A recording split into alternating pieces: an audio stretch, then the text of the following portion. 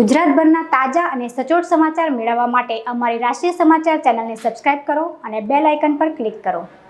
પુણા વિસ્તારમાં આધાર card કેવાયસીમાં link કરતી વખતે થઈ ભૂલનો કારણે લોકો અટવાયા છે। કેવાયસી લિંક કરતી વખતે આધાર કાર્ડ નંબર ખોટા અપલોડ થયા હોવાના લોકોને ધ્યાને આવ્યું છે। અધિકારીઓ દ્વારા જ્યારે આ નંબર લિંક કરવામાં આવતો હોય છે ત્યારે થયેલી ભૂલના કારણે લોકો પરેશાન થઈ રહ્યા છે અને છેલ્લા 3-4 દિવસથી સતત પુણા પુરવઠા ઝોન ઓફિસ ખાતે લાંબી કતારમાં ઊભા રહીને પરેશાન થઈ રહ્યા છે।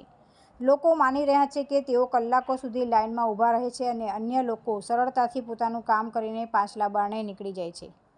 આવી વ્યવસ્થાને કારણે લોકોમાં વધુ રોષ જોવા મળ્યો છે। પુણા પુરવઠા ઝોન ઓફિસની મુલાકાતે આજે વિપક્ષ નેતા પહોંચ્યા હતા। પાયલ સાકરિયાએ જણાવ્યું કે વહેલી સવારથી લોકો અહીં લાઇનમાં તમામ કામકાજ છોડીને ઊભા રહી જાય છે, પરંતુ તેમના કામ થતા નથી અને ઝોન ઓફિસની બરાબર સામે જ ભારતીય જનતા પાર્ટીની છત્રીઓ લઈને એજન્ટો સક્રિય થયા છે। 500 રૂપિયામાં કામ કરવાની ફરજ પડી રહી છે। લોકો એવું પણ વિચારે છે કે આખો દિવસ લાઇનમાં ઊભા રહેવું કરતાં 500 આપીને પોતાનું કામ ઝડપથી કરાવી લેવું। આ પ્રકારે લોકોની મુશ્કેલી સતત વધી રહી છે, છતાં પણ સ્થાનિક નેતાઓ કોઈ આવીને લોકોની સ્થિતિ જોવા તૈયાર નથી। અધિકારીઓ પણ બેજવાબદારપૂર્ણ રીતે કામગીરી કરી રહ્યા છે। નામને હું બોલું છું જી, હું છું પાયલ સાકરિયા, નેતા વિરોધ પક્ષ સુરત મહાનગરપાલિકા।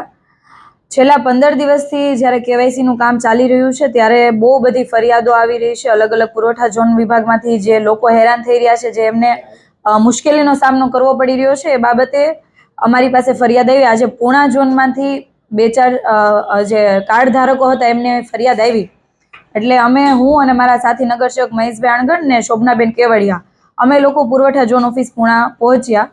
ત્યાં જઈને લોકોને રૂબરૂ મળ્યા, લોકોની સમસ્યાઓ સાંભળી, ત્યારે ખરેખર સમસ્યાઓ સાંભળીને આપણને ખબર પડે કે આ પુરવઠામાં જે વિભાગ છે એની અંદર કેટલી બધી ગોલમાલો ચાલી રહી છે।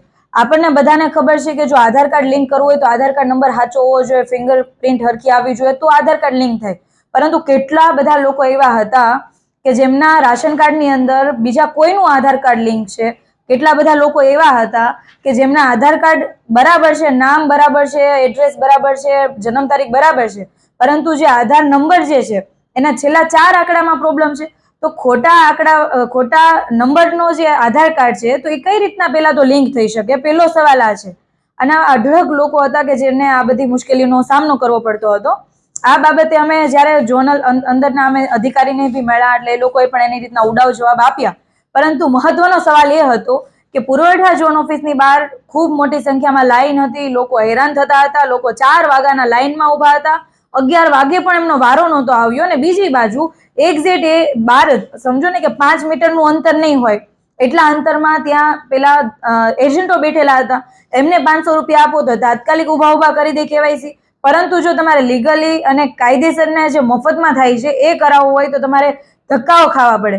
તો આ બાબતે અમે આજે માનનીય ડીએસઓને પણ અમે રજૂઆત કરી અને એમણે પણ આશ્વાસન આપ્યું છે કે આવનારા સમયની અંદર હું પણ વિઝિટ ત્યાં કરીશ, સરપ્રાઇઝ વિઝિટ કરીશ, અને જેટલી પણ પ્રોબ્લેમ છે, જેટલી પણ ફરિયાદો છે એમનો નિકાલ કરવાનો પ્રયત્ન કરીશ। અને અમે પણ આશા રાખીએ છીએ કે જેટલી પણ ગોલમાલ પુરવઠા વિભાગની અંદર ચાલી રહી છે તે તાત્કાલિક ધોરણે નિરાકરણ આવે ને લોકોને પડતી જે મુશ્કેલી છે એમાંથી સોલ્યુશન આવે। પોતાની કોઈ ભૂલ ન હોવાના કારણે પણ લોકો કતારમાં ઊભા રહીને પોતાનું કામ કરાવવા માટે મજબૂર બન્યા છે। તુલસી શર્મા સાથે રાષ્ટ્રીય સમાચાર, સુરત।